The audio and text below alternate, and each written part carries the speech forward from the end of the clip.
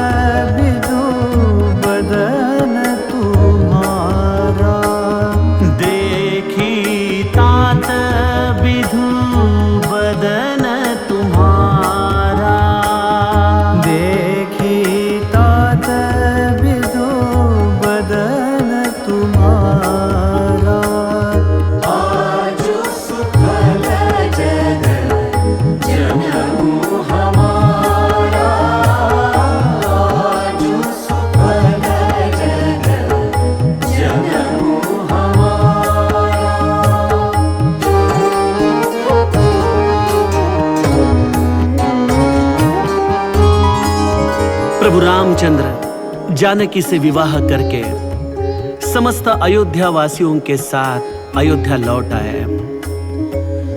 उस वक्त की कुल परंपरा के द्वारा समस्त माताएं विवाह को उपस्थित नहीं थी। बच्चे घर तो लौट आए, उसका आनंद माता कौशल्या अपने हृदय में अनुभव कर रही है। रात का समय है।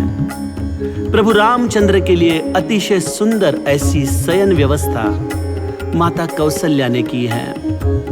इस पर बड़े शांत निद्रित प्रभु रामचंद्र की तरफ माता कौशल्या देख रही है। एक मां को और क्या चाहिए?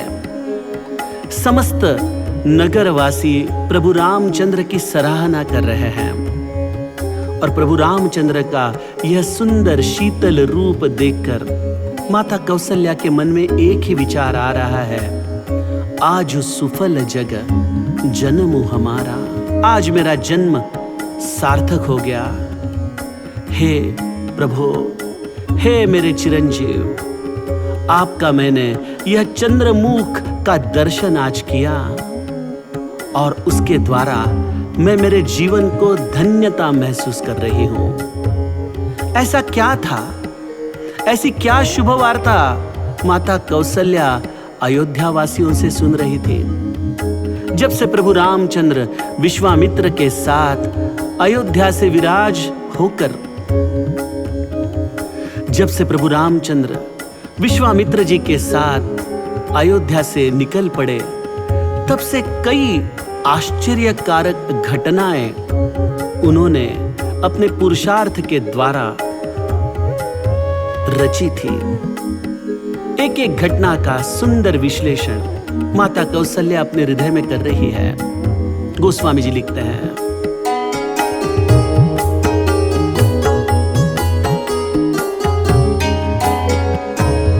मख रखवारी करी दूँ भाई, मख रखवारी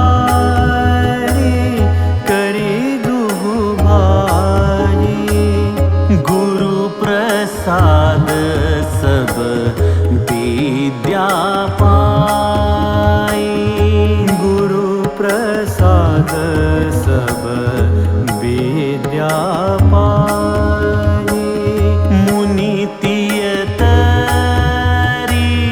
लगत पग धूरी। मुनि तियतरी लगत पग धूरी।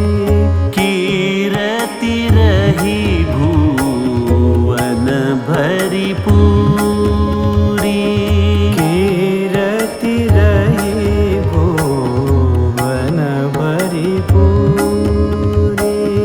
आजु सुफल जग जनमु हमारा। आजु सुफल जग जनमु हमारा।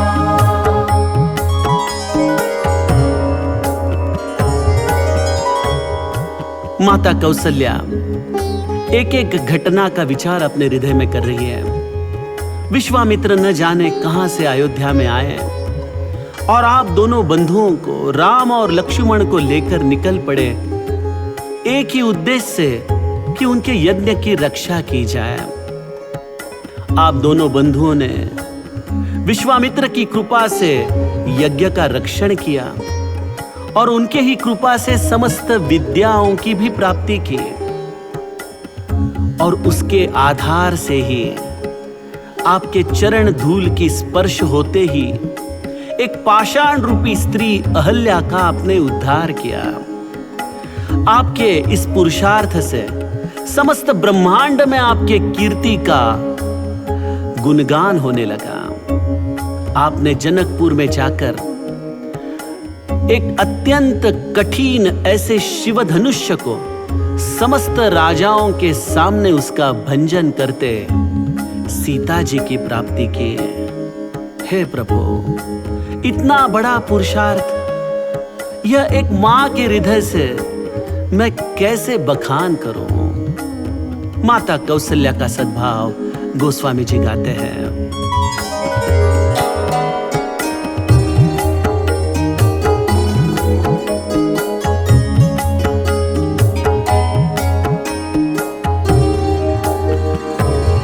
विश्व विजय जसु जानकी पाई।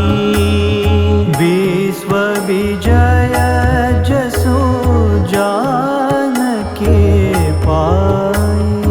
विश्व विजय